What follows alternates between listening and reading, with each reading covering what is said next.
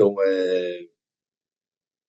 trata-se do ciclo de palestras em comemoração à Semana Nacional de Combate ao Assédio e à Discriminação. A palestra de hoje é a atuação das comissões de enfrentamento ao assédio no âmbito da Justiça Federal da Terceira Região. A coordenação do curso é da doutora Maria Fernanda de Souza, juíza aqui da Terceira Região. E nós temos vários órgãos aqui, além da direção da doutora Marisa. A realização envolve o SEMA da TR3, a EMAG, CPAMS, de sorte que nós podemos, então, dar andamento já com a abertura, né, sem mais, para nós agilizarmos. Eu, então, saúdo a todos aqui, particularmente aos palestrantes. A primeira palestrante será a doutora Jocely. Em seguida, nós teremos a doutora Aires e a Rosana Moraes.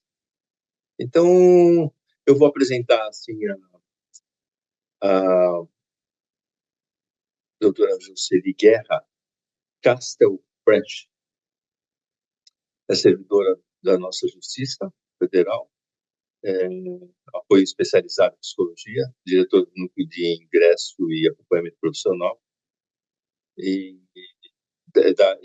da Comissão de Prevenção e Enfrentamento ao Assédio Sexual, que é o CEMA-JSP, participante do programa Vivamente.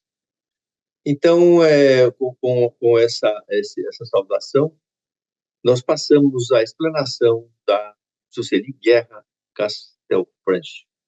Muito prazer e muito bom aqui, Mag, ter você aqui entre nós. Obrigada, doutor. Uma boa tarde a todos e todas. É um prazer estar aqui e como representante da Comissão de Enfrentamento do Assédio Moral, do Assédio Sexual e da Discriminação da Seção Judiciária de São Paulo. Em 2020, a gente tem a resolução do Conselho, né, que traz para a gente a política, né, de enfrentamento do assédio moral, do assédio sexual e da discriminação. E ela, dentro dessa política, ela fala que os tribunais têm que, então, montar as suas comissões. Então, o tribunal montou a sua, a seção judiciária montou a dela, e a seção do Mato Grosso do Sul montou a comissão dela. A nossa comissão, ela começou ali em 2021, e desde então a gente trabalhou de uma forma bem atuante. Durante muito tempo a gente se reunia com muita frequência. Nessas reuniões a gente descobriu que a gente precisava ter um documento, uma política da terceira região. E uma política da terceira região implicava trabalhar as 3 comissões. Foi então que as comissões começaram a trabalhar junto, e acho que foi sensacional quando a gente chamou as comissões para trabalhar. A gente foi para o laboratório de inovação e a gente trabalhou em 2022, né, nasce a resolução 13.521, que é de 24 de maio de 2022, que é a política da terceira região, do enfrentamento do assédio moral, do assédio sexual e da discriminação. Ela, claro, ela traz muita coisa do que é a comissão, né, a própria resolução do CNJ, e entre essas coisas, a gente pensou, agora a gente tem que criar a cartilha. Aí a gente se reuniu, também num esforço muito grande, a gente escreveu essa cartilha e a gente tem a nossa cartilha desde 2023. Na Seção Judiciária de São Paulo, a gente criou um canal de denúncia. A pessoa pode entrar nesse canal e fazer essa denúncia. Desde que a comissão foi implementada, nós tivemos, daquele período, que era janeiro, até janeiro de 2024, a gente tinha 49 queixas, né, de assédio que nós recebemos. Dessas, a gente tem 26 em andamento. E durante todo esse tempo, a gente foi percebendo que a gente precisava ir além, né? Não bastava só a comissão fazer o trabalho dela.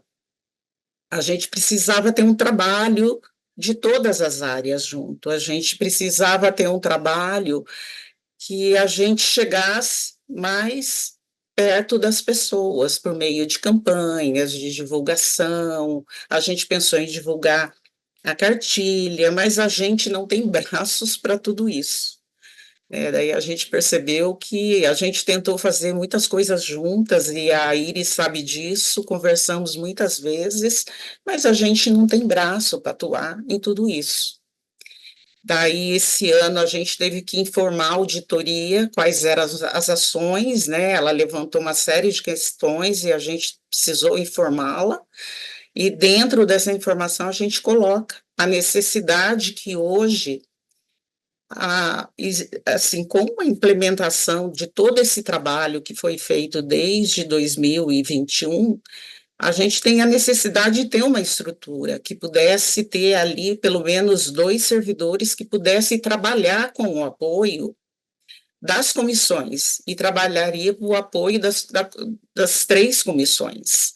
Então, isso hoje é urgente, a gente ter uma estrutura. Aqui a gente teve o trabalho nosso, ele foi coordenado pela doutora Maria Fernanda, que é a nossa presidente, e ela nos ajudou muito, ela participou de tudo, de todas as ações que a gente aqui pensou em fazer, ela impulsionou, ela participava das reuniões, ela chamava as reuniões, ela teve e ela tem um trabalho muito atuante. Mas, de fato, assim nós não temos braços suficientes, né, para abarcar tudo isso.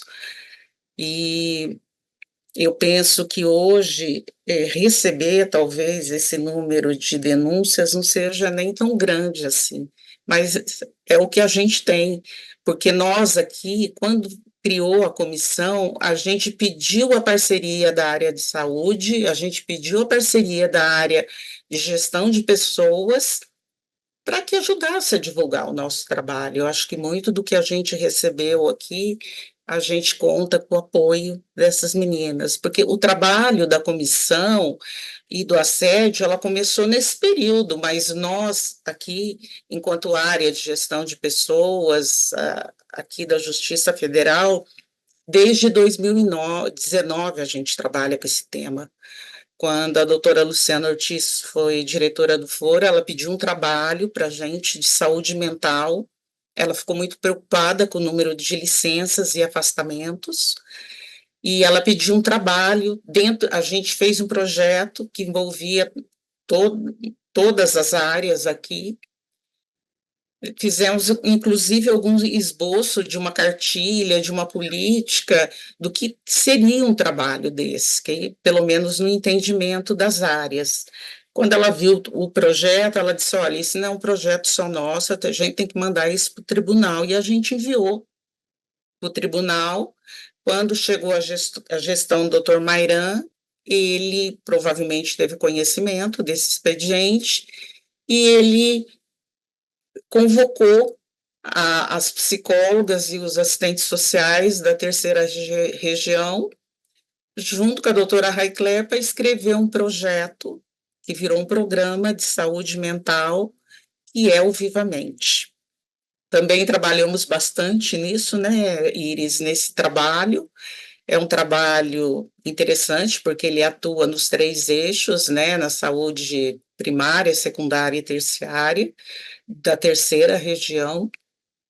A gente gostaria de fazer mais coisas do que a gente faz, embora a gente tenha aí palestras durante o ano que trabalha com esse tema da saúde mental, e por vezes nós somos convocadas a atuar em alguma unidade. E daí a gente desenvolve ali um trabalho, mas são as psicólogas da terceira região, os assistentes sociais da terceira região. É um trabalho muito bacana.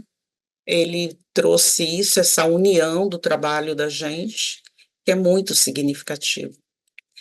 E tudo isso, por que que eu estou dizendo tudo isso? Tudo isso contribui para esse trabalho que a gente faz hoje na comissão. Eu estava revisitando tudo que a gente fez, eu falei para a Mariana, a gente trabalhou muito e eu estava revisitando isso. E eu achei, dentro desse estudo da saúde mental, que em 2018, o Tribunal Regional do Trabalho da Quarta Região, ele chamou Christoph de Jus, que é um estudioso, né, um psicanalista que estuda a psicodinâmica do trabalho, para fazer uma palestra lá. E ele fez uma palestra. Durante essa palestra, ele fala que não é que ele destaca que a forma como a gente trata as pessoas no ambiente de trabalho é um ponto de partida, a forma como as relações se estabelecem. Mas, acima de tudo, o ambiente e a cultura organizacional são dimensões capazes de afetar profundamente a saúde mental dos trabalhadores.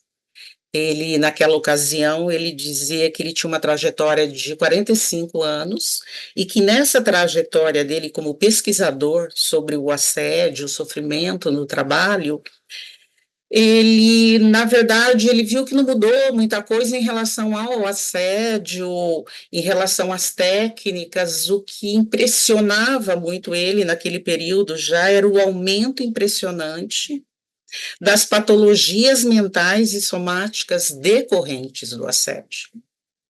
Né, isso é interessante, que foi quando, em 2019, a doutora Luciana se preocupou com isso, e isso é uma coisa que a gente vê acontecer, e que cada vez mais a importância do nosso trabalho, tanto na atuação do programa Vivamente, que é a prevenção da saúde, bem como no trabalho aqui das comissões do assédio, né? Eu não vou ficar por muito tempo nessa comissão, existem outras pessoas, a gente tem uma comissão muito bacana, né, formada aqui em São Paulo, as nossas colegas, e a Mariana está aí no tribunal, mas ela é uma colega que foi daqui e que carinhosamente nos ajuda muito. Quando a gente criou esse canal, a gente deve isso muito à Mariana, todo o empenho dela em criar esse canal de denúncia. Esse canal permitiu a gente receber essas denúncias que chegaram aqui para nós. E isso é um trabalho interessante, porque a gente, enquanto comissão, a gente tem que se fortalecer, a gente tem que ter uma estrutura, porque a gente precisa fazer esse trabalho com os nossos servidores, com os nossos diretores, os gestores, com os nossos magistrados, com os terceirizados, com os estagiários. Isso é uma urgência que a gente tem aqui. Na verdade, mais ou menos era isso que eu tinha para falar da comissão. E durante essa semana, uma coisa que angustia muito a gente, porque muita coisa a gente não consegue fazer, e a gente trabalha em parceria, inclusive, com a Escola de Servidores aqui, que é um dos pilares nossos, é um programa de formação de gestores que possa minimizar muitos dos problemas que a gente tem. E muito se fala em empatia. E durante essa semana a gente ouviu isso, parece que ficou quase que uma palavra de moda.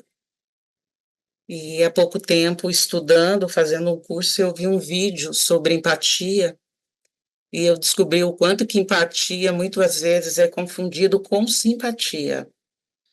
Eu acho que durante esse tempo, todas nós que fazemos parte da comissão, acho que a gente repensou muitas ações nossas, né? Nós viemos de um mundo, né, de uma história a história da humanidade é uma história de sucesso, de progresso, mas de violência, né? Então, a violência, ela também faz parte da história nossa, da humanidade, né? Essa violência no trabalho, que a Revolução Industrial, desde a Revolução Industrial começou, ela é um esforço dos trabalhadores de melhorar isso.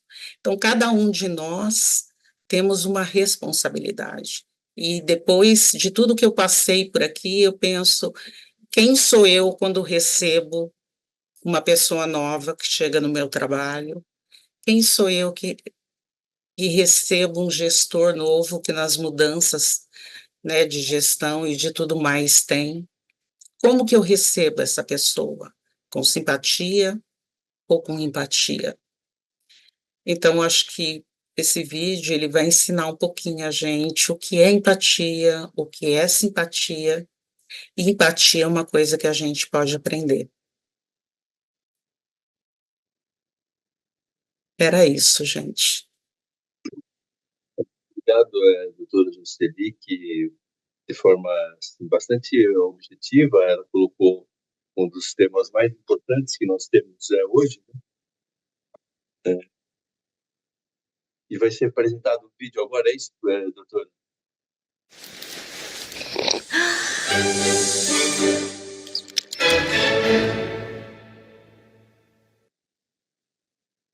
So what is empathy, and why is it very different than sympathy? Empathy fuels connection. Sympathy drives disconnection. Empathy, it's very interesting. Teresa Wiseman is a nursing scholar who studied professions, very diverse professions where empathy is relevant, and came up with 4 qualities of empathy. Perspective taking, the ability to take the perspective of another person or recognize their perspective as their truth. Staying out of judgment, not easy when you enjoy it as much as most of us do. Recognizing emotion in other people and then communicating that. Empathy is feeling with people. And to me, I always think of empathy as this kind of sacred space when someone's kind of in a deep hole and they shout out from the bottom and they say, I'm stuck, it's dark, I'm overwhelmed. And then we look and we say, hey, you can climb down. I know what it's like down here, and you're not alone. Sympathy is, ooh, it's bad, no, you want a sandwich? Empathy is a choice, and it's a vulnerable choice, because in order to connect with you, I have to connect with something in myself that knows that feeling. Rarely, if ever, does an empathic response begin with at least. Yeah. And we do it all the time. Because you know what? Someone just shared something with us that's incredibly painful, and we're trying to silver lining it. I don't think that's a verb, but I'm using it as one. We're trying to put the silver lining around it. So, I had a miscarriage. Oh, at least you know you can get pregnant. I think my marriage is falling apart. At least you have a marriage. John's getting kicked out of school. At least Sarah is an A student. But one of the things we do sometimes in the face of very difficult conversations is we try to make things better. If I share something with you that's very difficult, I'd rather you say, I don't even know what to say right now, I'm just so glad you told me. Because the truth is, rarely can a response make something better. What makes something better is connection.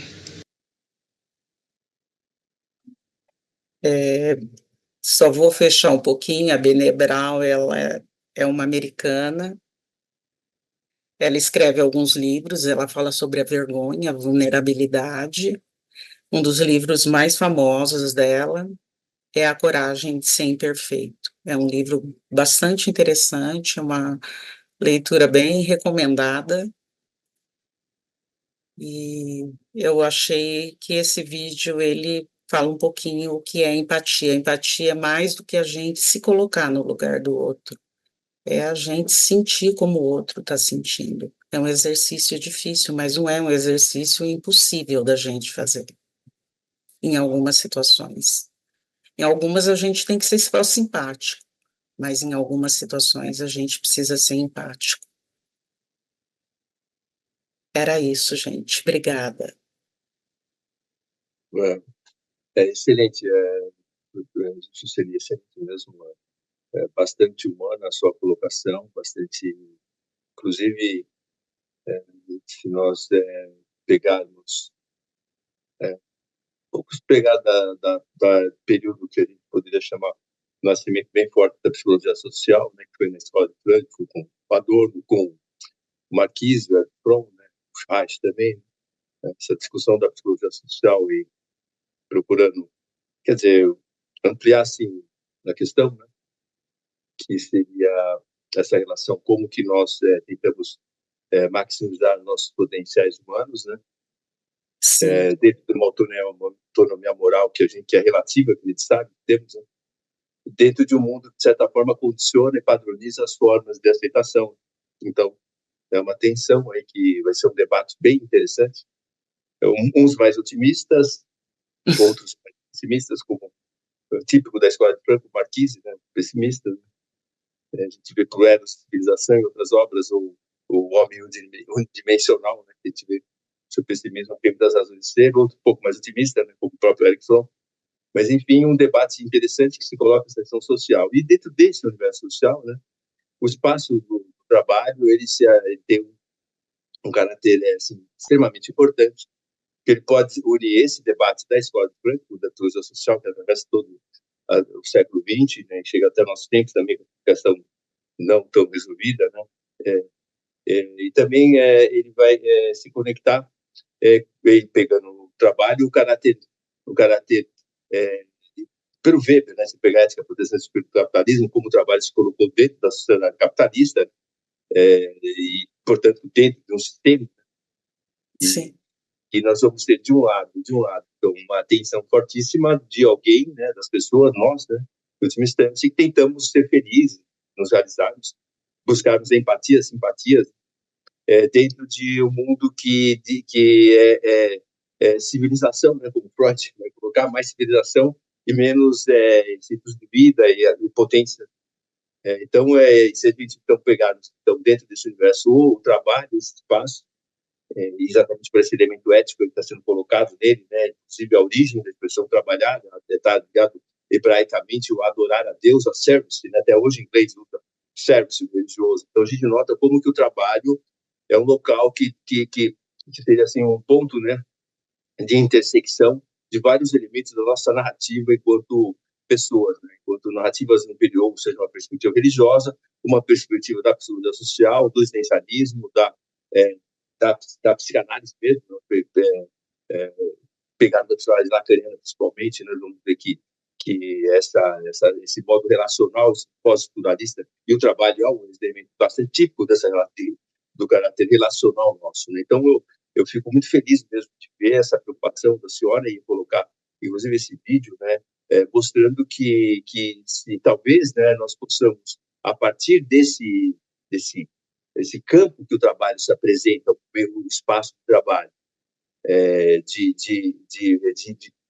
intensificação de relações, né? Afinal de contas, esse talvez um dos elementos mais importantes para a gente ser feliz, né? Se realizar com plenitude, doação a alguém, né? Pelo trabalho. Talvez seja, então, esse momento da gente buscar possibilidades de passar e conseguir esse além que a senhora coloca, que seria o ideal, né? Da gente conseguir sentir como, né? Sim. Né? Porque eu creio que até essa discussão é bem interessante também, na perspectiva existencialista heideggeriana, ele fala em Mitsein, né? Ele fala que ser é ser com, né? Ou seja, a nossa própria identidade vai ser sempre relacional com, né? Então, se nós pensarmos isso no universo do trabalho, nós vamos poder pensar que talvez seja esse um momento que pode ser uma célula para que a gente amplie, né, a visão da simpatia e colocar esse lugar no outro, no plano, inclusive, do sentir, né, dentro da medida possível que a gente tem, para outras formas relacionais que a gente vai ter, né, como exemplo da família, os grupos e tudo mais. Sim. Mas acho que o microcosmo, o fato de a gente ter essa ideia de habitualidade que a noção do trabalho tem, algo regular, né, que exatamente está no Weber lá, né, essa regularidade, o caráter até sagrado, no caso, né, são protestantes, né, que há disso, né, e esse talvez seja exatamente por essa possibilidade que ele tem, eu creio, acho que uma forma talvez única, né, de nós conseguirmos ter esse embrião de alguma coisa que ultrapasse a racionalidade pura, né, passe isso, pura, empático. Então, muito obrigado aí, muito feliz mesmo com essa intervenção. Então, nós podemos, então, passar, né, com esse meu agradecimento, né, a Iris Anari Bambi Lima. Tá. Até a curiosidade, a sua origem qual é, Iris? que os nomes são... Não tem áudio. Rodrigo. Então, eu tenho origem, descendência japonesa, ascendência, né? Tá. E Muito também espanhola. Então, A mistura aí, né? A mistura. um nome muito bonito. É servidora da Justiça Federal no OMS, né, atuando como psicóloga do trabalho, graduada em psicologia pela Federal, né, de lá. Tem mestrado em psicologia da saúde na Católica, né, local, especialista em psicologia organizacional do trabalho e possui extensão, currículo interessante aqui, né, self-coaching, né, inclusive professional self-coaching. Então, vamos aproveitar esse seu conhecimento. Vamos ouvir aqui a Iris, tá? Vamos lá, Iris. Sim, doutor. Deixa eu compartilhar aqui. Tá. Então, quero agradecer a realização do evento, principalmente a EMAG, que coordenou aí por meio da Mariana. E aqui, em nome da CEPANS, eu vou fazer algumas reflexões sobre o combate ao assédio e à discriminação, não somente com o que tem acontecido aqui na Justiça Federal de Mato Grosso do Sul, mas também propor uma reflexão para vocês, conforme for passando aqui a apresentação.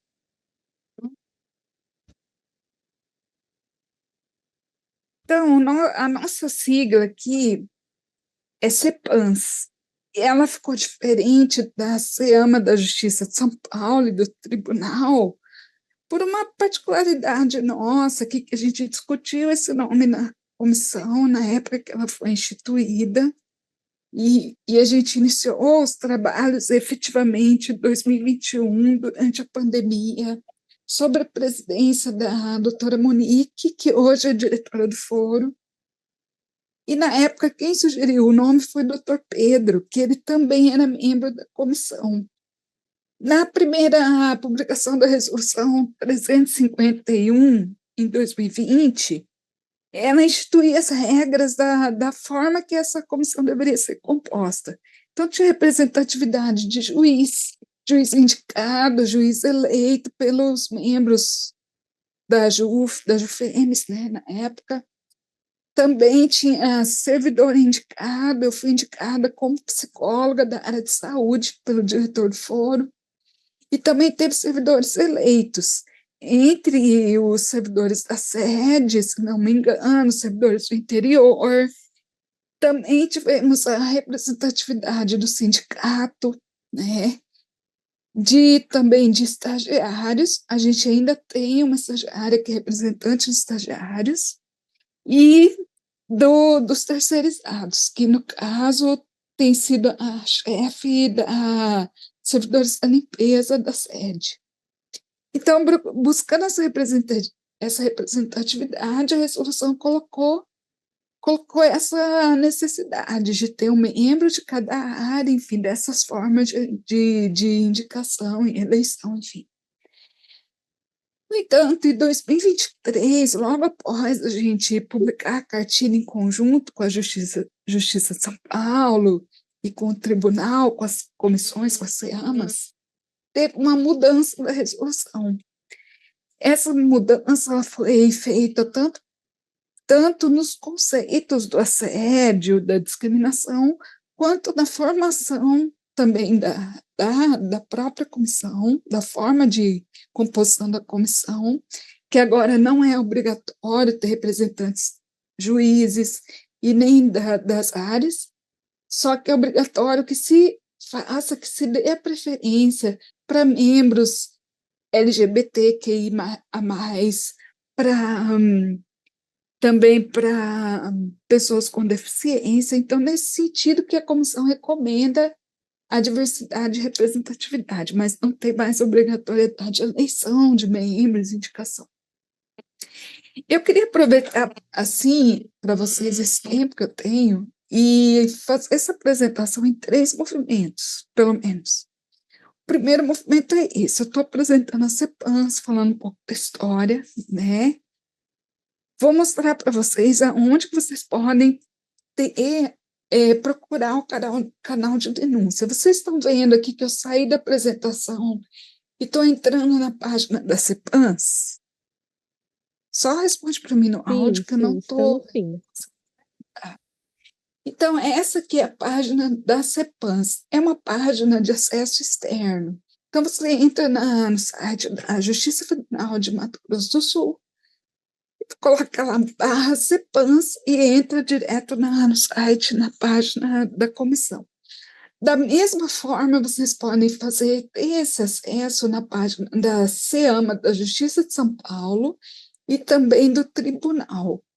Vocês veem que a formatação é parecida, só que a CEAMA de São Paulo tem essa figurinha aqui, e foi ela que foi o modelo, foi baseado no modelo da página da CEAMA da Justiça de São Paulo. Então, eles foram pioneiros nesse aspecto. Mas, enfim, aqui a gente tem algumas particularidades que eu gostaria que vocês visitassem e vissem comigo aqui. Então, aqui a gente tem um atendimento virtual na Justiça Federal de Mato Grosso do Sul, na CEPANS, que você clica e você pode receber o atendimento psicológico, né? Uma escuta qualificada para procurar orientação, não só para denúncia. Então, eu acredito que a nossa demanda ela é muito difícil de acessar. E é importante que a gente fale que a busca pelas comissões ela não é só em caso extremo de denúncia, ela pode ser também para um apoio especializado, para orientação. Então, a gente tem essa função também. Aqui está a nossa cartilha de prevenção ao assédio e à discriminação, que foi capitaneada pela CEAMA de São Paulo, da JF de São Paulo, e está muito bem feita. A gente precisa atualizar ainda os conceitos do assédio, que teve a mudança logo em seguida da publicação da cartilha, mas ela está muito boa, então recomendo que vocês leiam essa cartilha também. Mais para frente, ainda nessa palestra, eu vou passar o vídeo de apresentação que está aqui no site também, que tem todo um contexto, como vocês vão ver, que está falando dessa cartilha, tem os conceitos que foram apresentados aí, também as atualizações que foram dadas na Resolução 351, com as alterações, enfim, que a gente ainda não colocou na cartilha. Aqui tem o canal de denúncias, que pode ser anônimo ou identificado. A pessoa pode fazer a denúncia com a intenção, se identificando com a intenção de buscar orientação, e depois ela pode decidir se ela vai prosseguir com a formalização ou não da denúncia, ou fazer uma denúncia anônima, que vai servir para a gente fazer estatística, estudar, mas, assim, efetivamente, a gente não vai conseguir muita atuação, né? Eu já estou falando isso por caso, se você tiver interesse de fazer uma denúncia, quiser fazer sem se identificar, também dá. Mas, se identificar, você pode decidir se vai prosseguir ou não formalizando a denúncia depois. A gente tem esse papel de apoio e orientação também. Então, você pode ficar tranquilo com relação a isso, se você é uma pessoa que está precisando desse tipo de apoio. Aqui tem o fluxo de atendimento, a forma que a gente trabalha na comissão, né? A gente recebe a denúncia, ela é conduzida de forma sigilosa, né? Então, ela não é repassada para a sua unidade de trabalho, administrativamente. Primeiro, a gente faz a escuta, oferece o apoio, pergunta se a pessoa quer prosseguir ou não com a denúncia. Se prosseguir, a gente precisa identificar de alguma forma, mas de qualquer forma o processo vai correr em sigilo ainda. Então, tudo isso a gente vai oferecendo apoio ao longo do procedimento. Então, é importante que vocês conheçam a comissão e a forma de atuar por esse canal. Por isso que eu estou apresentando, e esse é o primeiro movimento da apresentação. Agora eu vou apresentar os movimentos seguintes dessa apresentação, e eu quero saber se vocês estão comigo ainda. Estão vendo aí a tela encheu? Está tudo certo? Tudo certinho. Resolução 351. Então, Agora segundo movimento. Vocês estão vendo essa criança? Quem sou eu? Eu vou falar sobre ele um pouquinho. Esse aqui é o Ludwig van Beethoven. Ele nasceu em 1770, ele foi filho e neto de músicos, e o pai dele, ele foi muito rígido com seu ensino, a ponto de dar surras nele, quando ele errava, quando tinha preguiça de estudar. Uma criança com 5 anos, né? Imagina uma criança apanhando para aprender música, né? Iniciou com cravo, que era um piano bem antigo, tem um som estranho para a gente hoje, mas eles tocavam muito na época. Depois passou por violino e viola, com 5 anos. Então, por essa situação na família dele, essa pressão do pai dele, por ser filho de músico, pressão para aprender, ele era um garoto tristonho, rebelde. Então, aos 7 anos, ele já demonstrava esse tipo de comportamento. O pai dele era alcoólatra, né? Explica também muito da pressão que ele teve, assim, né? Que pode ter sido piorada, né, com esse vício. E ele, quando ele chegou na vida adulta, ele tinha um temperamento imprevisível. Ele não era uma pessoa comum, assim, de um comportamento assim que você vê, né? Não, ele era uma pessoa diferente. Tinha um temperamento forte. Então, ele iniciou no piano aos 11 anos, tendo já demonstrado talento com a música, tá? Então, o piano ele já estava começando a superar o cravo naquela época, né? Enfim, ele já foi para o piano. Com 13 anos, ele escreveu sua primeira obra e já tinha grande prestígio social, então ele já estava sendo conhecido na música. Aos 17, tornou-se aluno de Mozart, só que foi só por 2 meses, porque sua mãe faleceu e ele teve que voltar para a cidade dele. E Mozart, eu não sei se vocês conhecem a história dele, mas ele foi uma criança prodígio. Ele aprendeu a tocar piano com 3 anos, sozinho, e já ganhou destaque na nobreza, enfim. E na época que Beethoven era adolescente, ele estudou com Mozart, que já era adulto, né? E Mozart, o talento e a desenvoltura de Beethoven com a música. Então, aqui tem uma foto dele já jovem, né? Porque, assim, eu queria falar um pouco dessa idade dele também. E com 21 anos, ele começou a sustentar a sua família como cravista da corte, lembrando que a mãe dele tinha falecido, né? Então, ele sustentava o pai, os irmãos, né? Como músico. E ele começou a ter prestígio na nobreza. Com 25 anos, fez sua primeira apresentação pública e já gozava de folga financeira, o que lhe permitia vestir-se elegantemente e até ser sociável, para vocês verem como que era o comportamento dele. Não era uma pessoa assim, né? Ele começou a se envolver, a se desenvolver socialmente também. Beethoven era forte, baixo, circunspecto e tinha um rosto marcado pela varíola. Ele já tinha pegado varíola antes. Então, aos 27 anos, ele começou a perder a audição. Imagina uma pessoa que trabalha com música, que vive com a música, que desde os 5 anos começou a ter a sua personalidade, a sua vida moderna pela música, começar a perder a audição aos 27 anos. Ele não contou isso para todo mundo. Um colega dele, músico, violinista, ele comentou uma vez, né, que estava perdendo a audição, enfim. Enfim, ele começou a ir ao médico e aos 27 anos, na verdade, parece que foi quando ele foi ao médico mesmo, então, de certo, antes já estava tendo sinais. Aos 38 anos, concluiu e apresentou sua quinta sinfonia. Então, a sinfonia que a gente mais conhece hoje é a Quinta Sinfonia de Beethoven, que é aquela tan tan tan tan tan tan tan tan, né? Ele já estava ficando surdo na época. Eu só não coloquei aqui que ele estava surdo quando fez, porque eu não tive certeza dessa informação. Mas eu tenho mais dados aqui para vocês. Aos 45 anos, em 1815, a surdez de Beethoven se agravou muito e ele mantinha cadernos de conversa para diálogo com os amigos. Então, ele precisava do recurso escrito para poder entender o que o outro estava falando já. Ele já não conseguia ouvir o que os outros falavam com 45 anos. Aqui já a idade mais adulta, né? Aos 48 anos já estava completamente surdo. Aos 54 anos apresentou a sua composição da Nona Sinfonia em Ré menor, inovando com incorporação de canto coral, consagração.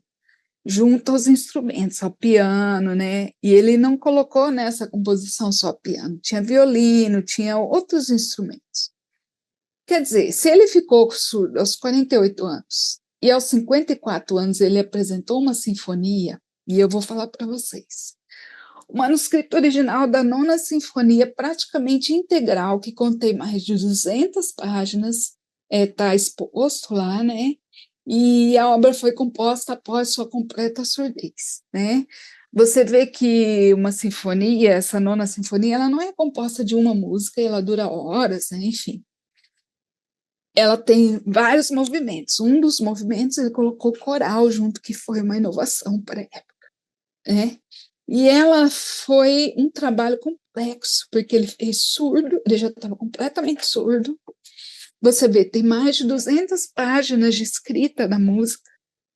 Então, não é um trabalho simples. Ele estudou, ele colocou ali o conhecimento que ele tinha e sem estar ouvindo, né? Ele morreu aos 56 anos, em 1827, de causas desconhecidas, né? Não sabe se por pneumonia, envenenamento, cirrose, e ainda se especulam o que ele tinha.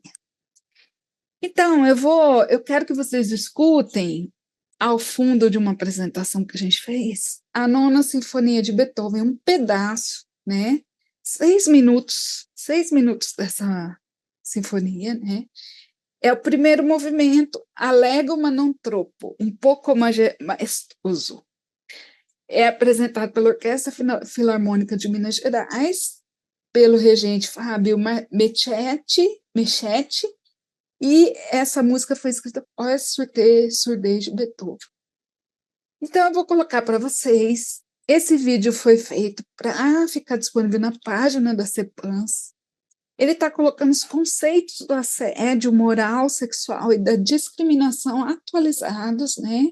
Depois da mudança que a gente teve, né, com a resolução, eu esqueci, acho que é 358. E também o que tem na apostila, na cartilha que está divulgada no site. Então, vou pedir para vocês apreciarem a música e também procurem ler os conceitos, vamos dar uma revisada aqui em tudo que a gente já viu sobre o assédio, tá?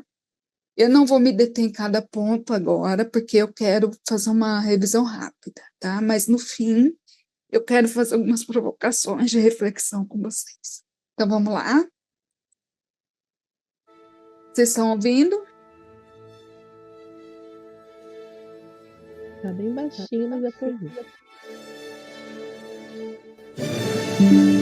Aumentou? Aumentou.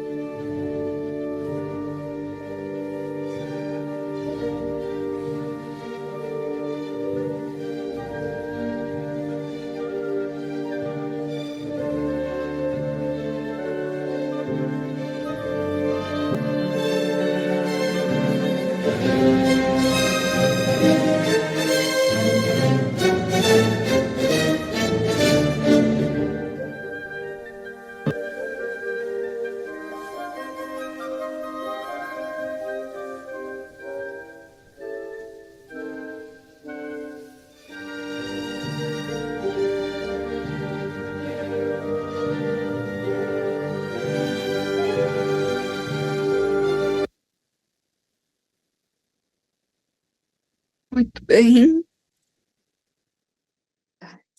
tá aqui. E agora que a gente já teve o primeiro movimento dessa apresentação, como a Nona Sinfonia tem vários, a gente já teve o segundo, e eu quero passar para o terceiro, com meus 10 últimos minutos. Eu quero provocar em vocês uma reflexão, porque assim vocês vão nos ajudar, né?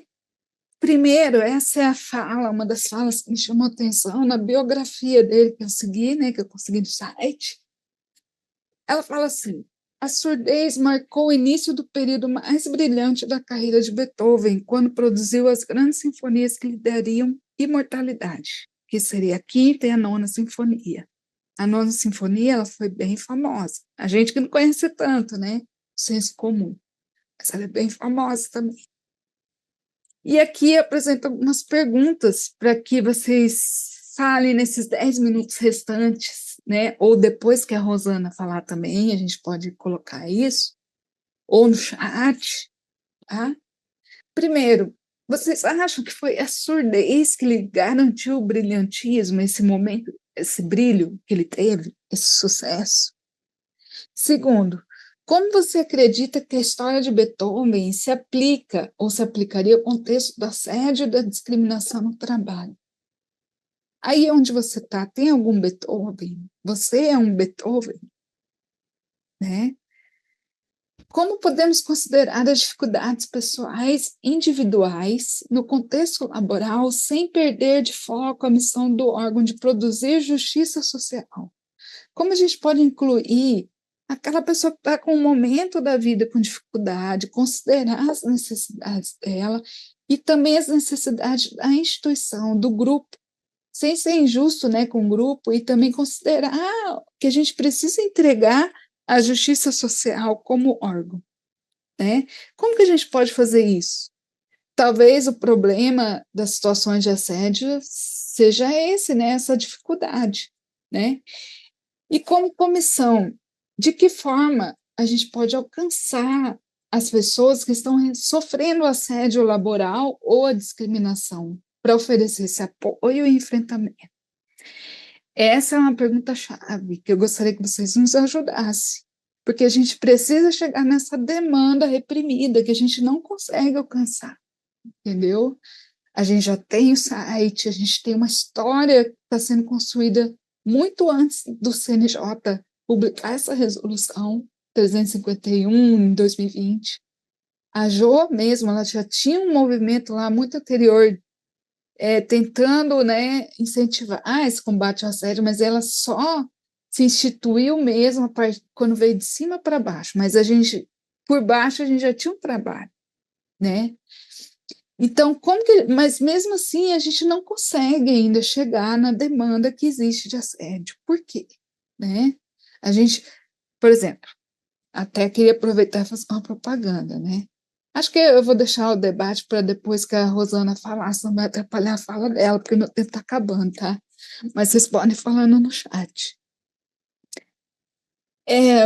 A gente ofereceu rodas de conversa sobre comunicação não violenta para ser feita um trabalho em equipe aqui na Justiça Federal de Mato Grosso do Sul. Só que a gente encontrou uma dificuldade. Esse mês é o mês das inspeções, né? Então, a gente está com a dificuldade de conseguir uma unidade para a vara pare para a gente fazer um treinamento sobre comunicação não violenta, que é uma forma de trabalhar a prevenção do assédio, né? Mas isso vai acontecer, a oportunidade já foi oferecida para todos, a gente vai combinar outros meses, outros momentos, já ficou aberto, né? E aproveitando essa situação, que a gente já tem pronto esse treinamento, a gente, como comissão, a CEPANS, hoje presidida pela doutora Franciele, né? Logo depois da doutora Monique veio o doutor Ney, que ele era membro da comissão e ele foi empossado como presidente, e agora, recentemente, ele saiu, né? Assumiu a titularidade, ou ele já era titular, não sei, está no GF agora, e agora a doutora Franciele é nossa presidente da CEPANS. Então, a doutora Franciele, né, representando a nossa comissão, né, a gente tem oferecido, a gente quer abrir para vocês essa roda de conversa, né, no dia 17, das 10 às 12 horas de São Paulo, 10 às 12, horário de São Paulo, ou das 9 às 11, horário de Mato Grosso do Sul. A gente vai abrir logo mais, não sei se pela IMAG ou pela nossa sessão de capacitação, para vocês se inscreverem, se vocês tiverem interesse.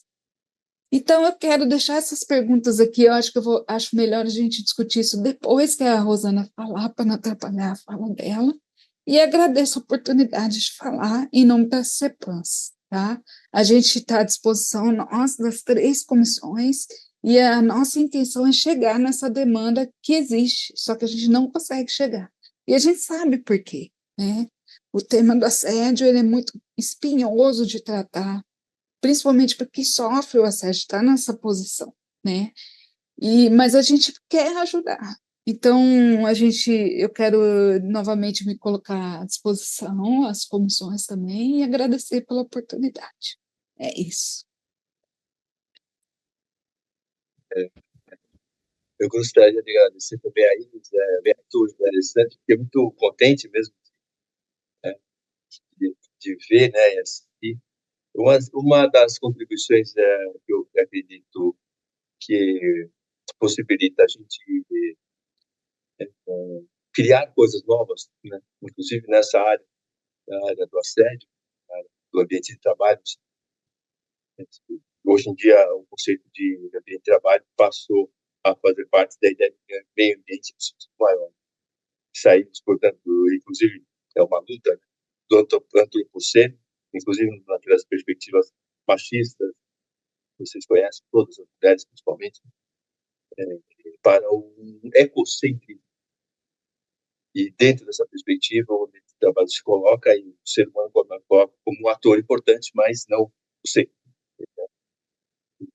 E eu achei muito, e dentro dessa perspectiva de possibilidade de pensar em novos padrões, novos caminhos, a intersecção é fundamental. Você colocou arte, né?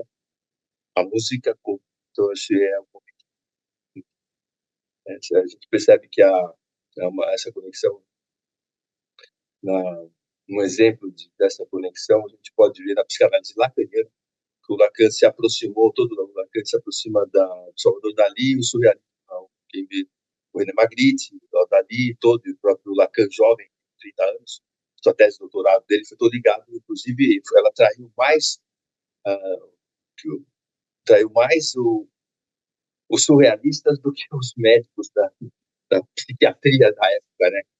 Então, essa intersecção com outras áreas, outros olhares, como arte, nos leva a desenvolver aquilo que a professora Jocely colocou, né? Despertar essa sensibilidade, esse sentido. Acho que é muito potente mesmo. Então, por isso, nós vamos agora para a terceira parte, né? A terceira, mas a não menos importante, claro, a professora, a especialista e tudo mais, a professora Rosana Moraes, que é formada em psicologia, com especialidade em psicologia psicossomática, e aqui do nosso tribunal.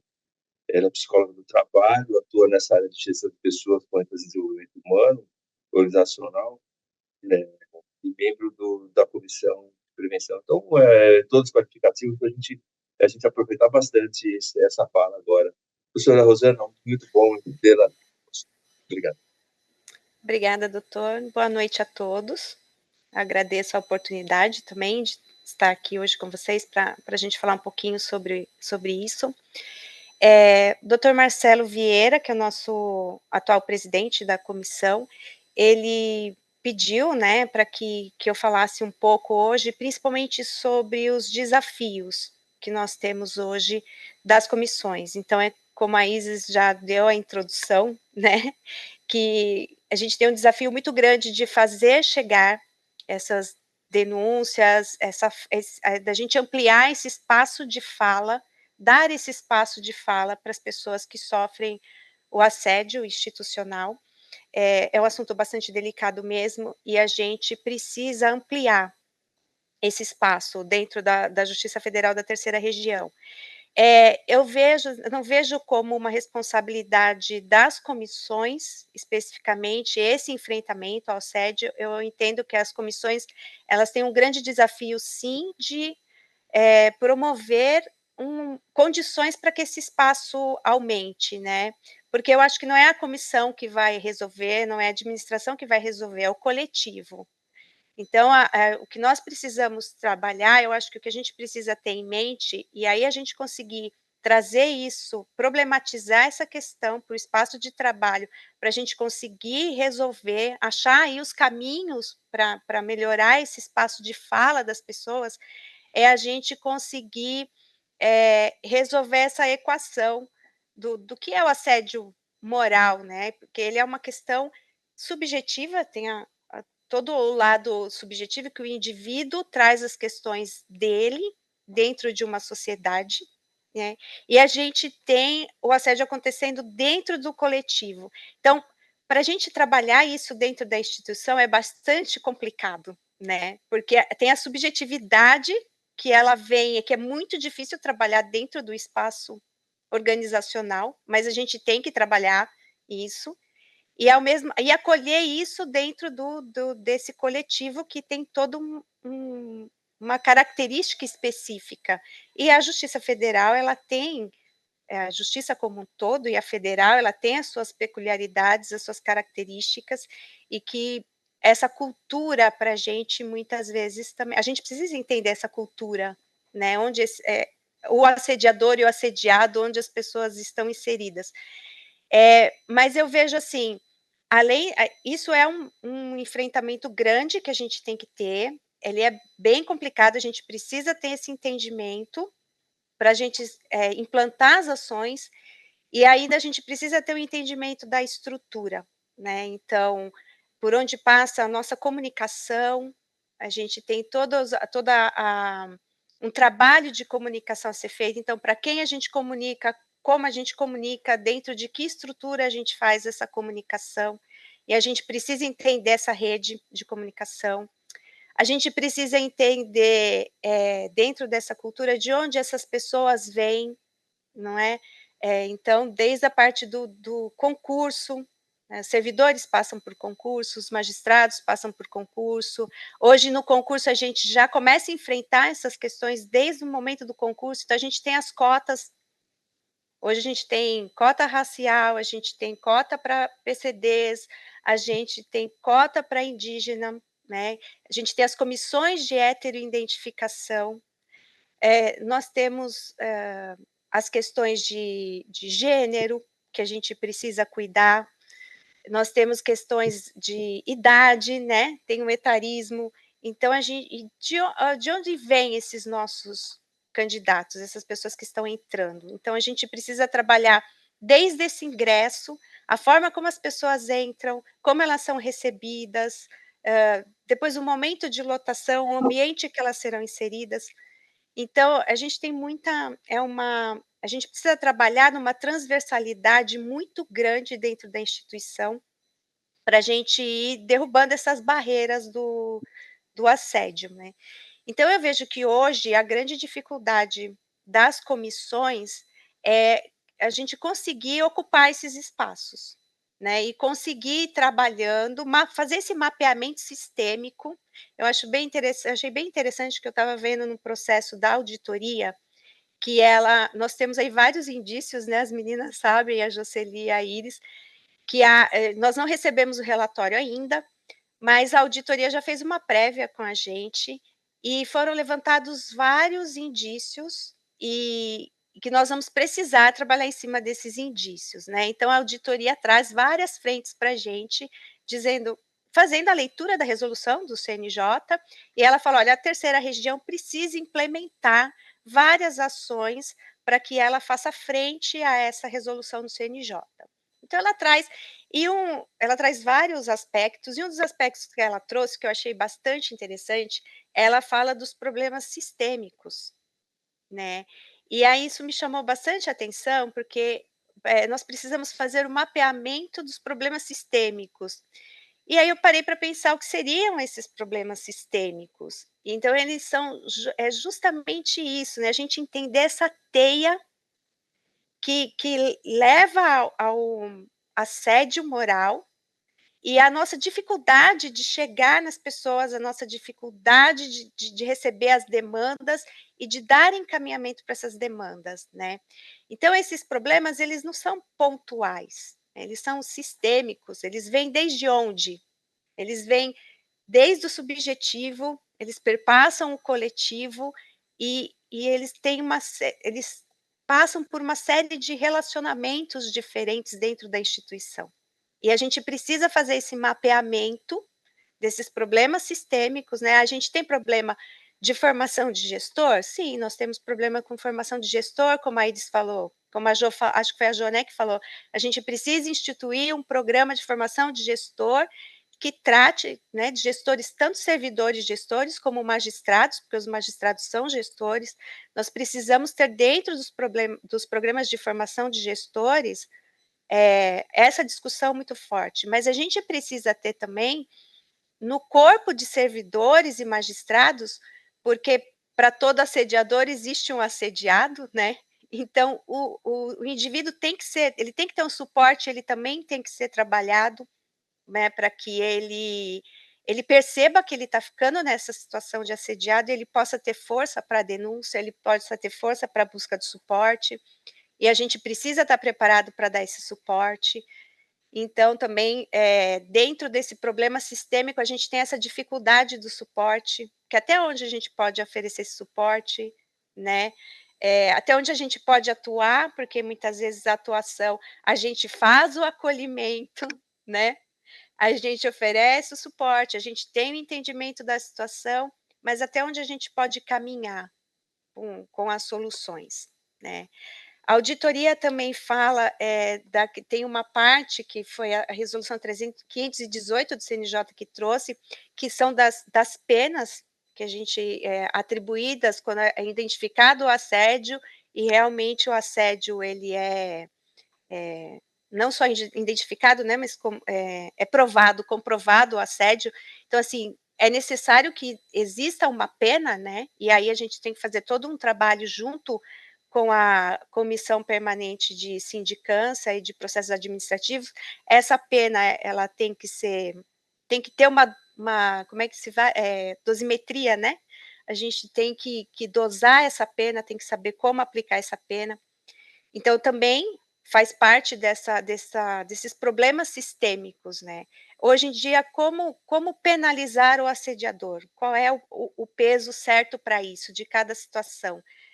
Muitas vezes também a gente tem dificuldade de entender se o próprio assédio ele acontece e em que via ele vem. Recentemente nós tivemos um caso aqui de denúncia de assédio, mas na verdade a via de assédio ela era invertida, né? Aí a gente fala, não, mas a via de assédio ela não pode ser invertida porque ela pressupõe o estabelecimento de uma relação de poder, né? Então, como que essa via pode estar invertida? Mas o poder, às vezes, ele se exerce de outras formas, não só o hierárquico, né?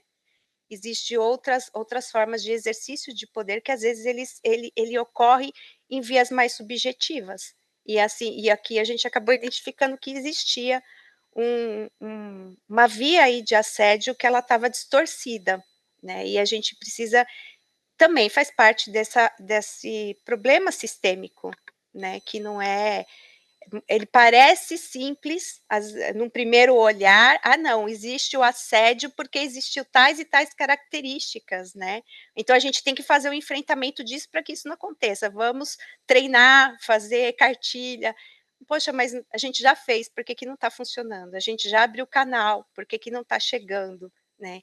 Então, o nosso grande desafio agora das comissões é realmente a gente intensificar, fazer esse mapeamento. Eu achei bem interessante essa proposta que veio da auditoria. Não sei como nós vamos fazer isso, mas é para a gente pensar como fazer esse mapeamento desses problemas sistêmicos para que a gente consiga identificar e pontuar, né, todos esses aspectos para a gente conseguir desenvolver de forma e transversal em toda a instituição e desenvolver esse tema para desenvolver uma cultura contra o assédio mesmo, né, para a gente conseguir trabalhar a prevenção. E eu acho que isso a gente é social, a gente tem que trabalhar com educação, isso para mim é fundamental, para que também a gente consiga trabalhar fora do tribunal, para que os nossos servidores, servidoras, magistrados, magistradas, consigam trabalhar no seu âmbito doméstico, no seu âmbito de relacionamento, porque a gente também recebe de fora para dentro, né? Não adianta a gente trabalhar só aqui dentro, as pessoas não existem só no tribunal, só nas sessões judiciárias, as pessoas existem fora e recebem essa pressão de fora para dentro também. Então, eu acho que a educação é muito forte, a gente precisa trabalhar muito forte isso. E, então é isso, eu acho que a minha fala aqui, ela vem mais para trazer essa necessidade das comissões, não é nenhuma necessidade, né, eu acho que é um desafio das comissões para mapear esses pontos que a gente precisa trabalhar. A gente vai ter um relatório de auditoria que eu acho que ele já é assim, se nós conseguimos trabalhar os pontos que o relatório traz, né, que ele fala de educação, ele fala de comunicação, ele fala de várias frentes para a gente desenvolver. Eu acho que se a gente conseguir pegar esse relatório e trabalhar com afinco, né, nesses itens, a gente vai conseguir aos poucos ir mudando essa cultura dentro da instituição. E uma coisa que eu acho muito importante, que a gente também, as comissões precisariam passar para a administração, é a necessidade de ter, principalmente no tribunal, não sei nas sessões judiciárias, mas no tribunal eu sinto bastante essa necessidade de ter um local específico, um setor, uma estrutura. Por exemplo, a ouvidoria. Hoje nós temos a ouvidoria da terceira região, né? Que ela acabou se estruturando e os assuntos vão direto para um setor. Existe um desembargador que é responsável pela ouvidoria. Hoje a gente tem a comissão, mas a comissão não tem estrutura administrativa, né? Então a comissão ela é composta ali das pessoas que participam da comissão, mas assim não tem ninguém responsável pela comissão. Então hoje, vamos fazer uma reunião da comissão. Não tem um setor que cuide da ata, não tem um setor que cuide de encaminhar os processos, de acompanhar os processos, de abrir chamado, às vezes coisas simples, né? A comissão precisa abrir o chamado, a comissão precisa estruturar uma reunião, fazer uma reunião, tem que dar os encaminhamentos, fazer os despachos, enfim. A gente não tem essa estrutura administrativa para que a comissão realmente possa ser impulsionada. Então, depende muito de nós encaixarmos no nosso tempo de trabalho, nas atividades já existentes, o trabalho da comissão. Assim, eu acho que isso precariza um pouco o andamento dos trabalhos, né? Então, muitas vezes a gente fica dependendo das áreas encaixarem. A comissão entende que precisa fazer um curso de capacitação. Então, vai lá e fala para a área de capacitação: olha, precisa desenvolver um curso. Vai depender desta área desenvolver o curso, né? A comissão não tem como ela mesmo ir atrás do tema, né? Eventualmente entrar em contato com palestrantes. Depende muito das pessoas trabalharem para isso. Ao passo que se nós tivéssemos uma estrutura, essa estrutura fixa, administrativa, ela poderia tomar dar conta de alguns procedimentos, né? E hoje a gente depende fundamentalmente dos servidores que participam da comissão. Eu acho que isso fica mais complicado. Até para fazer acompanhamento dos processos, né? Então, eu acredito que uma estrutura seria bem-vinda, né? Ajudaria bastante a gente. Não sei o que as meninas acham dentro da realidade das sessões judiciárias, mas aqui no tribunal eu sinto falta disso. Por exemplo, agora a gente pegar esse relatório de auditoria que está vindo, com uma série de determinações para a gente, quem vai consolidar isso, né? Quem vai fazer o acompanhamento desse processo? Fica tudo muito disperso, né? Existe a dificuldade das comissões de juntarem isso e padronizar as ações, né? Para que a gente consiga dar um direcionamento. Porque sai cada área, se a gente olha o processo, assim, cada área respondendo por si, cada comissão respondendo por si, e não tem uma linha, né, um direcionamento, alguém que consolide, alguém que dê o andamento. Então, eu acho que essa forma mais dispersa fica sempre mais difícil da gente achar um caminho, né, e para levar essas ações a cabo. Então, eu acho que é isso, tá? O que eu queria trazer é essa problematização para a gente discutir e para as comissões tentarem achar esse espaço, principalmente dentro agora, acho que disso que vem, da auditoria, desse relatório, e que ele fala, inclusive, de mapeamento, de procedimentos, para ajuste de procedimentos. Eu acho que vai ser um bom momento para a gente discutir isso e ter mais claro qual é o papel da comissão, os caminhos que as comissões podem tomar, né? E para a gente ter ações assim cada vez mais efetivas. A gente já tem muita coisa efetiva, mas ainda a gente precisa caminhar mais para que a gente realmente consiga ter intrínseco na instituição esse enfrentamento do assédio, até que chegue um momento que a gente não precise mais enfrentar, né? Porque se a gente for pensar, é lamentável que hoje a gente precise enfrentar questões como assédio, né? É muito triste na nossa sociedade, no pleno século XXI, é triste que a gente precise ter enfrentamento, né, dessas questões. A gente já poderia ter ultrapassado em muito essas questões de assédio, de racismo, de preconceito, mas ainda é muito forte.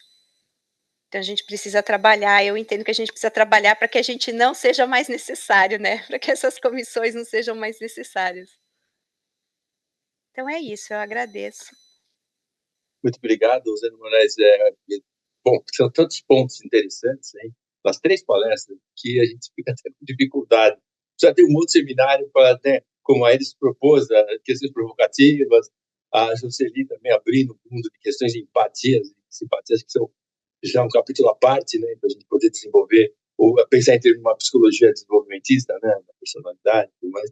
E a Rosana, né, vários pontos aqui, eu pontuaria assim uma reflexão que a gente pode fazer na parte da teoria dos sistemas sociais, né, que é esse caráter estrutural, né, sistêmico. A gente vai ter que trabalhar a questão que envolve a questão de gênero, questão sexista, a questão do racismo, de uma maneira que o individualismo ele é pontual. Ou seja, a solução não será conjuntural. É duro de dizer, a gente é triste de reconhecer que não será conjuntural. Uma das coisas boas de ler Pascal, né? Eu até recomendo quando você está muito triste, muito chateado, leia Pascal. Pascal, nos pensamentos, ele acho que deixa muito claro assim uma certa limitação humana, seremos falhos, nossos amores não serão como gostaríamos, vamos falhar, vamos errar, vamos pecar, que é a questão, né? Ou seja, aí nos abre assim para pensar assim, dado isso, né, o que vamos fazer de nós, né? Ou seja, sem no illusions, né? Então, eu creio que as soluções estruturais devem ser pensadas. E aí minha preocupação é muito grande. Eu participei de 2 bancos de concurso para a Justiça Federal e vi que e aí envolve, né, a questão, quando pensamos em comissões que cuidam do assédio, eu estou numa comissão que cuida da questão de identidade, né, e questão de gênero, e até, curiosamente, procurei fazer com que ela ficasse mista com mulheres e não só homens, uma comissão sobre essa questão de gênero. Então, percebemos a dificuldade que existe sistemicamente de resolver, estruturalmente. Então, ou seja, nós teremos que pensar, né, nas raízes disso, né? Nós temos uma seleção de juízes que vão acabar comandando o tribunal de uma forma direta ou indireta, que não essa questão é meio passada ao largo, ela é colocada como questões de concurso, né? Como a jurisprudência ou tais casos judicial apreciar uma questão, inclusive a jurisprudência tem sido bastante avançada nessas áreas, né? A questão da união afetiva, questões das relações previdenciárias, a situação, a homoafetividade, o período em que não havia uma legislação própria, enfim, foi sempre avançando. Temas sensíveis o Congresso não tocou e os avanços na área da jurisprudência, né? Entre os juízes, né, nesse ponto. Então, mas apesar desse avanço, quando a gente pensa na estrutura do judiciário, eu acho que ela ainda é permeada de um conservadorismo muito grande, né, uma resistência grande ainda, acho que ela ainda é patriarcal, ela ainda é vertical, eu acho que vejo com dificuldades. Então, quando nós temos que tomar cuidado, porque as estruturas, elas têm garras que fazem se sobreviver, inclusive com comissões. Por que são as comissões? Não ficarem simbólicas. Elas existem simbolicamente e legitimam uma desigualdade intrínseca e estrutural. Por quê? Porque as comissões funcionam, como a Rosana colocou bem, ela acaba não tendo efetividade administrativa, apenas depende de outros, e às vezes procedimentos administrativos sindicantes não dão em nada.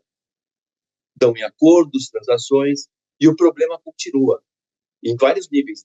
E não apenas a questão do assédio, mas também em outros níveis que envolve minorias de tipo amplo da expressão, tá? E dificuldades de seleção de minorias, resistências na seleção de minorias. Então, fica algo que há uma estrutura que simbolicamente ela parece inclusiva, mas que ela tem uma mentalidade exclusiva. É terrível. Podemos ter leis maravilhosas, comissões, foi tudo fantástico. Se a mentalidade não fazemos, porque o direito, ao contrário da ciência, a ciência tem uma metodologia, ou ciência, empiria, deduções, induções, ela é uma discussão até também da escola de Branco sobre a questão do caráter objetivo ou não da ciência, o caráter manipulador, né? Ou não da ciência. Se é possível uma objetividade. Karl Popper, né? Thomas Kuhn, grandes discussões sobre esse tema aí. Tá? A questão das ciências sociais, o direito está incluído, é que ele tem uma palavrinha assim que chama interpretação.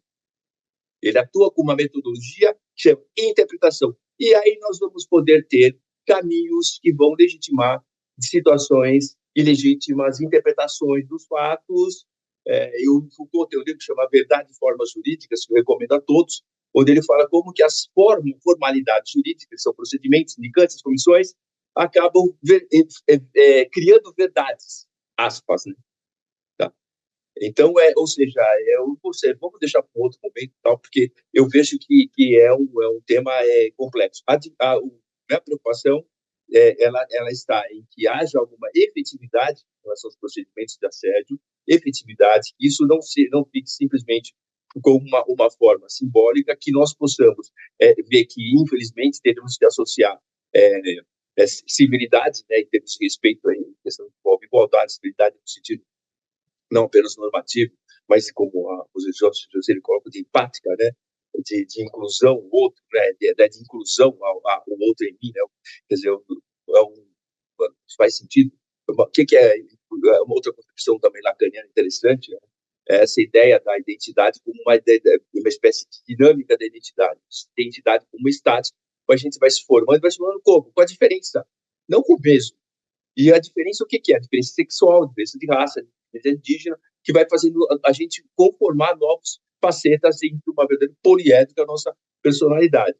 Eu acho que, para isso, gente, nós só vamos poder ter, então, algo que permita fluir essa diferença, né, enquanto um valor. Né? Eu tenho uma tese, né, que eu defendi em algum lugar, que é, meus alunos da USP, eu já falei, eu coloco isso aí. É o seguinte, a diferença enquanto valor em si. Quer dizer, o corpo tem dignidade humana, falamos de liberdade, falamos a diferença, um valor. Tá? Com ela, uma espécie de base, quase que imanente, né, para que a gente possa construir esses castelos que envolvem inclusão de todas as áreas. Então, eu espero, o mínimo que a gente espera no nosso tribunal, né, seria que a gente consiga ter essa relação de civilidade e punibilidade, que é duro dizer que tem que se apelar para isso, mas que a gente, infelizmente, vai ter que ter esse tipo de sinonimia, porque a gente não vai ter outra... Vai Pascal ainda, não vamos poder ter outro ser humano a não ser esse. Ou o Camus também, falando que a vida é um absurdo e não dá para a gente mudar a vida. Mas de uma forma ou de outra, dado o que a gente foi nos dado, né? Vai Sartre bem com a história que eu faço o que sobrou de mim, né?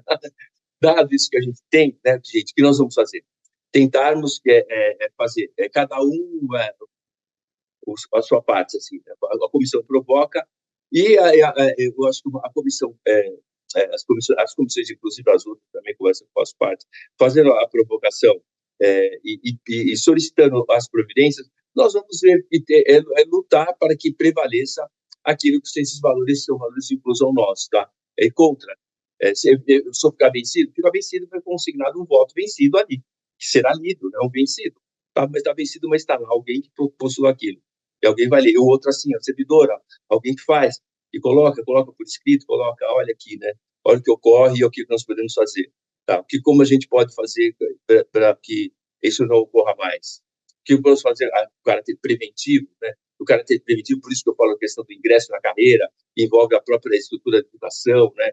A USP formou recentemente, por incrível que pareça, em 2023, pela primeira vez, uma turma de direito que tinha cotas. Incrível, né?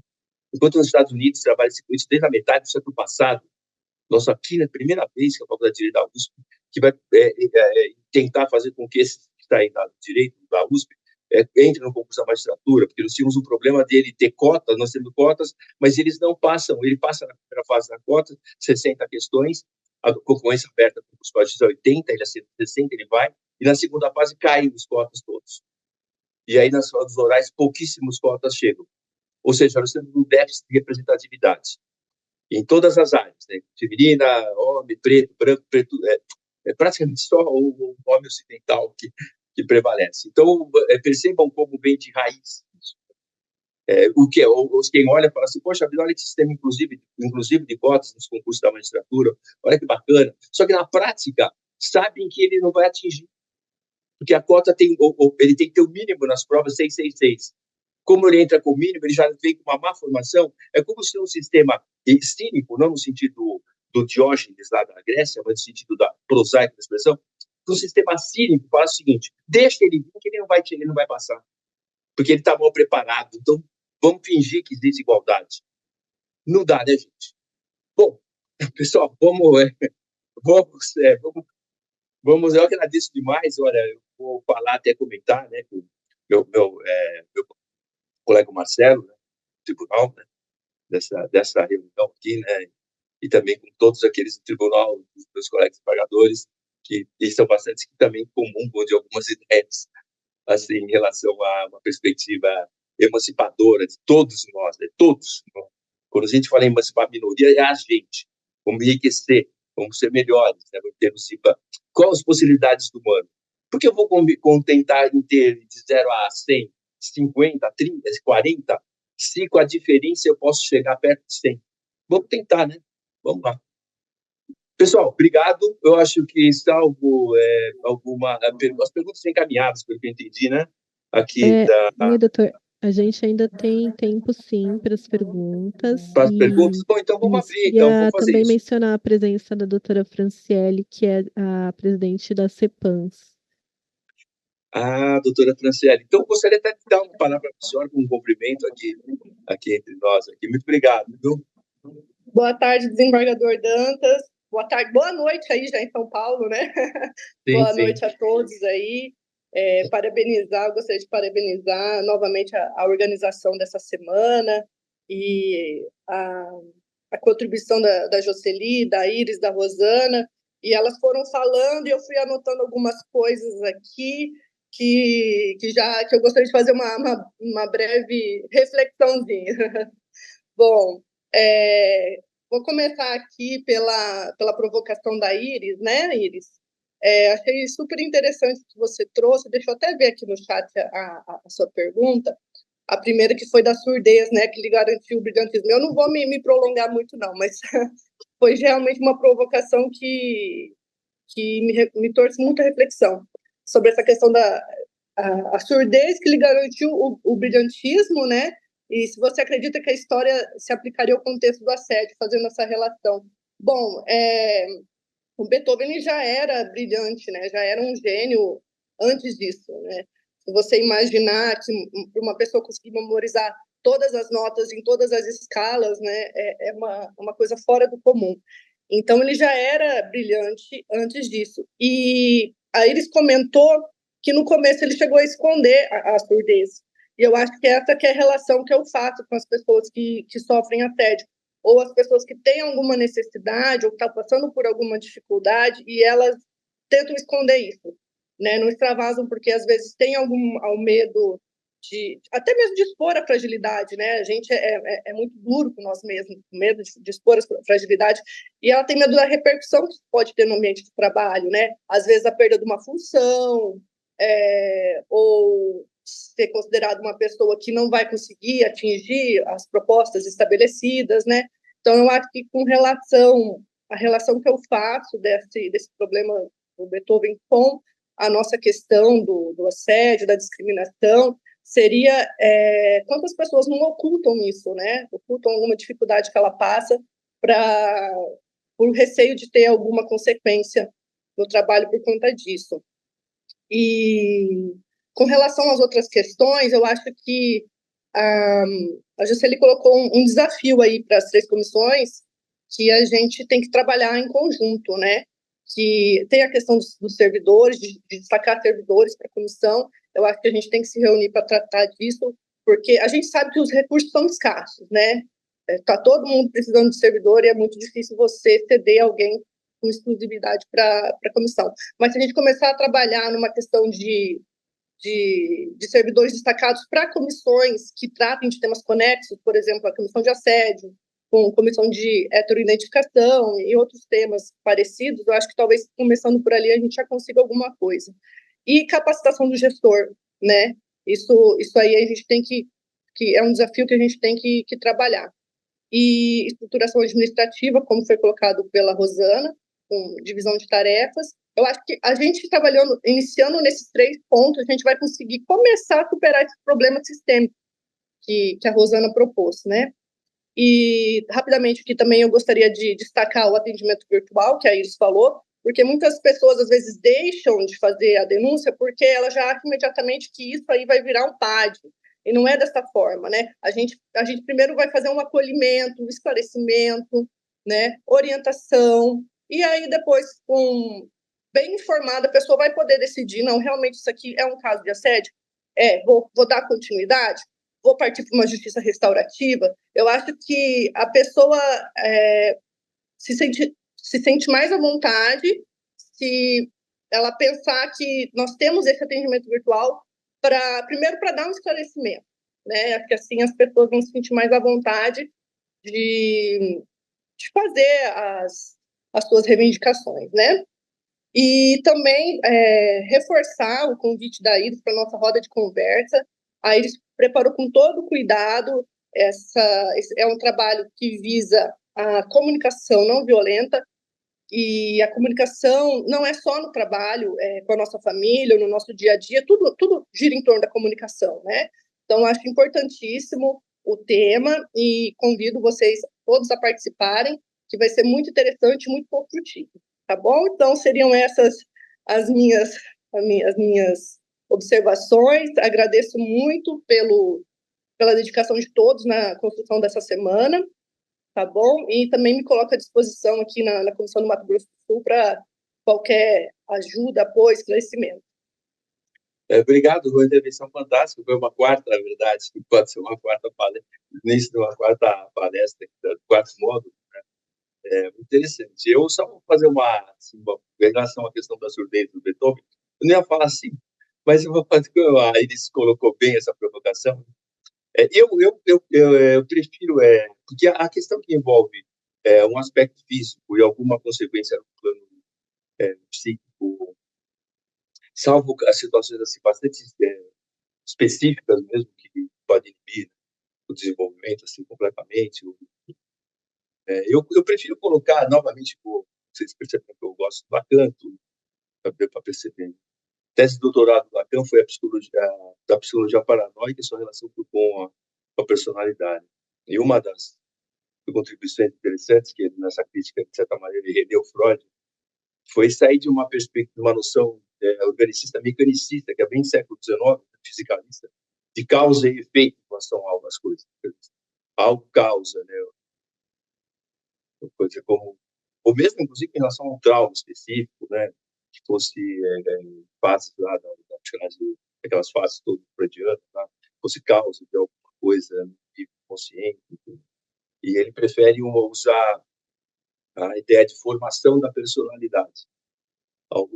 Quer dizer, a psicanálise paranoica, ela surgiria ao longo da formação, durante o processo de formação, individuação, né, do sujeito. Então, eu colocaria assim a questão que envolve a surdez, o dado, dentro da narrativa do sujeito. Então, a psicanálise lacaniana, ela sai do organicismo, do materialismo mesmo organicista, para um materialismo histórico, de certa forma, marxista, sob uma linha aí, né? Que até que os marxistas leram bem bacana, mas ligado ao sujeito. Na história narrativa do sujeito, você colocaria a surdez, então, dentro da história como um todo, dele, da história como um todo, das pessoas em geral, em particular. Ou seja, dado que ele é surdo, e dado que ele tem muitas características, outras relações que estabeleceram na parte social, ou seja, as causas, na verdade, de uma psicose paranoica estaria mais no nível da esquizofrenia, um exemplo assim, né, bem claro, no nível de olhar causas sociais para isso, tá? Uma pletora de vida ele não consegue se manifestar dentro de uma sociedade de uma forma conforme alguém, né? Então, um exemplo. Então, olharia, ou seja, eu não daria uma dimensão para a surdez, assim, né? Eu acho que acho que todos nós, todos nós temos nossa surdez, tá, na nossa vida. A perda de ente querido, a falta de alguém, a falta de não ter tido um pai durante a vida toda, ou uma mãe, ou alguém, né, numa parte decisiva, um irmão que se perdeu, alguma coisa que se viu fisicamente em relação a gente, uma doença, um período, Covid, algo que seja que sendo sobe na nossa surdez, né, que a gente vai ter, né? Essa é a nossa narrativa, e daí o ser protagonista dela é legal, sabe? Eu tenho uma narrativa em que eu tenho capítulos e capítulos, e um determinado capítulo eu perdi a orelha, cara, mas eu tive outros capítulos da minha vida, sabe? Eu tentar, o que eu vou procurar? Lutar com todo espírito, de corpo e alma, para fazer da minha história algo de valor, uma história legal, em capítulos seguintes, tentar manter uma coerência textual, uma coerência narrativa, e assim vai. E assim Beethoven é um exemplo disso, de alguém que tinha algo, uma história, um sentido da história. Eu acho que antes de eu pegar o bidon dentro do capítulo, pô, o sentido da vida dele era maior. Então, enfim, fica para outro momento. Novas perguntas? Vamos lá. Então, eu queria só comentar uma coisa. Eu gosto muito da questão do inconsciente coletivo de Lacan. Eu percebo que o senhor falou Jung, muito né? do O coletivo é de Jung. Né? É do Jung? Enfim, eu não estudei muito Lacan nem Jung, mas essa parte do inconsciente coletivo coletivo é do de Jung. Jung, eu acho que tem a ver com a nossa situação aqui, porque numa instituição a gente tem um comportamento de organização, é como se fosse uma pessoa diferente, né? E aqui a gente está trabalhando uma cultura de combate ao assédio, a gente está tendo uma dificuldade de chegar na demanda, tudo, e a gente precisa de espaços como esse, de diálogo dessa semana, né? Tudo, que vocês participem, conversem, deem suas opiniões de diversas formas, por escrito, ou falando, por e-mail, enfim, que todo mundo sinta, né, ouvido, para que a gente possa ir mudando esses tabus, essas coisas ruins que têm acontecido, né, de uma comunicação violenta, distorcida, ou trabalho tomando conta da vida da pessoa, como se aquilo fosse a única coisa importante, né? Então, tudo isso são comportamentos que a organização tem que mudar como um todo, né? E eu sempre vejo a Justiça Federal como um dinossauro, como é que chama aquele dinossauro japonês que luta com o King Kong lá, que o meu filho está assistindo agora, o Godzilla. O Godzilla, para mim a Justiça Federal parece um Godzilla em câmera lenta, assim, que ele muda devagar, porque ele é muito grande, entendeu? E a gente faz parte desse Godzilla, entendeu? A gente tem que conversar com ele, junto sobre isso, para poder ajudar o Godzilla a andar para outro caminho, um caminho melhor, entendeu? E às vezes a gente fica desanimado, porque o Godzilla anda muito devagar e ele pisa muito duro, entendeu? Então, eu gostei muito que a doutora Franciele falou, não tinha visto essa forma, né, essa visão da dificuldade do Beethoven falar da surdez dele, que o doutor colocou, né, da superação, né, que tem a ver com essa questão, né, você está perdendo um valor seu, mas como, né? Será que você é só o seu trabalho, né? Você é só aquilo, né? Será que você não é mais do que isso, né? E a gente está aqui para ajudar a todos, inclusive nós mesmos, a lembrar que a gente é muito mais do que a gente faz aqui, entendeu? E às vezes a pessoa está deprimida, acha que perdeu tudo, porque não consegue mais fazer uma coisa que sempre conseguiu fazer, que foi muito bom naquilo. E não é assim, você não é o que você está fazendo, você é muito mais do que isso. Né?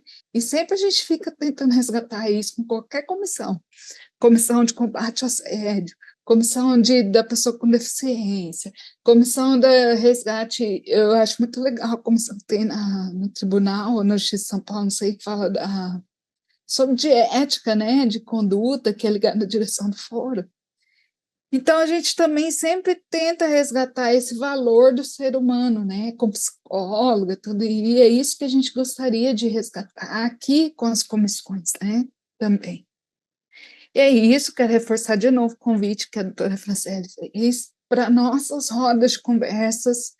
Vai ser uma continuação nessa semana, vai ser oferecida no dia 17, sexta-feira que vem, na parte da manhã. O horário de São Paulo é das 10 às 11 e de Mato Grosso do Sul das 9 às 11. Quer dizer, São Paulo é das 10 às 12, Mato Grosso do Sul das 9 às 11. Então, gostaria muito que vocês participassem, porque é um tema importante para a prevenção do assédio, que é o treinamento na técnica de comunicação não violenta. É um pontinho só que a gente quer oferecer para vocês. tá? Então, fica à disposição. Em breve, a gente vai mandar um link para inscrição. E queria agradecer quem participou aqui no chat. Eu vou destacar que eu quero valorizar a participação, tá? Antes de encerrar minha fala. Então, aqui, logo depois que eu falei, teve um comentário sobre um filme, né? A Minha Amada Imortal, que narra a vida de Beethoven, que a Gleiciane falou aqui, né? Então, obrigada, Gleiciane. Eu não sabia que tinha filme dele, eu sabia que tinha o filme de um outro músico, mas dele eu não sabia. Teve aqui uma colocação também que o Beethoven já era um gênio da música antes da surdez, então não acho que foi essa que lhe garantiu o brilhantismo, mas certamente a surdez foi o maior desafio por ele enfrentado e que brilhantemente superado por sua genialidade. A Natália Girlene falou aqui, né? Então, obrigada, Natália. Acho que tem muito a ver com o que o doutor Davi falou também, né? Sobre a superação, né? A Beth, agradeço a participação da Beth, está aí, né, junto, né? O Maurício colocou também aqui uma breve biografia do Beethoven, que ele viveu por 57 anos, sendo que os primeiros problemas de audição começaram por volta de 1800, quando ele tinha 30 anos, mas ficou completamente surdo nos últimos 10 anos da sua vida, né? E ele deixou a cronologia só para ressalvar que a composição da Nona Sinfonia ocorreu entre 818 e 824, ou seja, ele a compôs quando estava surdo, completamente surdo, né? E é uma história de superação, mas de genialidade. Foi o Maurício Plínio que falou. A Caroline colocou aqui que o desembargador Marcelo Vieira não pôde estar presente, porque ele está aqui no Mato Grosso do Sul acompanhando o seminário sobre meio ambiente, que é assunto de outra comissão que ele compõe, e pediu para agradecer a Rosana por aceitar o convite e ao doutor Davi Diniz por presidir a mesa na data de hoje. O Gilvan Colaça falou que é uma luta muito difícil, mas não podemos desistir, senão torna-se inglória. Talvez precisemos de um grupo de encorajamento para que apareça a realidade do que acontece na Justiça Federal da Terceira Região. E o Maurício me lembrou que o nome era Godzilla, né? Então, gente, eu agradeço a participação de vocês. Deixo essas perguntas para que vocês continuem refletindo. A gente pode discutir em outros momentos, né? Também, se vocês quiserem comentar aqui no chat. E agradeço a EMAG, né, pelo apoio, e quero reforçar também o convite para a palestra de amanhã, que vai ser com a psicóloga doutoranda Maria Elisa Lacerda. Ela já fez outras palestras para nós, assim, então, por ela falar muito bem, ela tem um conhecimento grande na área da psicologia, na oratória também, a gente convidou ela é bem acessível, e ela vai falar sobre discriminação e assédio no ambiente de trabalho. Então, essa fala de hoje minha, ela também está remetendo à palestra de amanhã, e vai acontecer no mesmo horário. Então, eu quero reforçar o convite para vocês da palestra de amanhã, e da roda de conversa que a gente vai divulgar em breve para inscrição. É isso. Muito obrigado pelos avisos gerais. E aqui eu também agradeço então, a professora Rosana, para você, Iris, da Celi, a Franciele, pela sua participação, a todos. A nossa luta já. Nós perdemos por Leviatã, falei monstros, né? Nós perdemos por Leviatã. Né? Nós temos as contratualistas. O Michel Foucault, não sou eu que estou falando, o Michel Foucault fala. Ele fala que teve esse contrato, que é o contrato social, né? Ele fala basicamente isso aí. Qualquer contrato social, como se nós alienássemos nossa liberdade para termos a proteção da cidadania. O Foucault ri, fala que Leviatã vai fazer contrato com alguém? Que pizinha, que sujeito, está sonhando, não existe. Então, nós somos engolidos, de alguma maneira, pelo Leviatã. Que o Godzilla nós enfrentemos com aquilo que a gente tem de melhor. Essa é a nossa capacidade de se unir. E da linha do Foucault também, né, ele substitui o sujeito por um certo horizonte histórico que vai se formar a partir dessa consenso, buscas, pessoas que pensam estar juntos, essa a ideia de comunidade, princípios que nos unem. Então, eu acho que esse é o caminho. Então, para a gente, então, tentar, dessa vez, ser o Godzilla, tá? Pessoal, muito obrigado. Uma alegria muito grande participar quando eu soube que era esse tema. Ontem à noite, às 10 horas da noite, eu falei, eu estarei lá, estarei com o maior prazer, porque é uma pauta que eu, na Universidade de São Paulo, meus alunos, vocês já perceberam que eu sou, assim, solidário com todas essas causas indígenas, causas ambientais, todas as causas. Nós temos grupos da USP trabalhamos também, tá? Está aberto, inclusive, para a gente, depois de uma hora, conversar melhor sobre isso aí, tá? Muito obrigado, felicidades, e agradeço a todos, tenham uma ótima noite, e nós nos veremos. Obrigado. Obrigada, boa noite. Obrigada a todos, obrigada, Emag, obrigado, doutor, obrigada a todos e todas.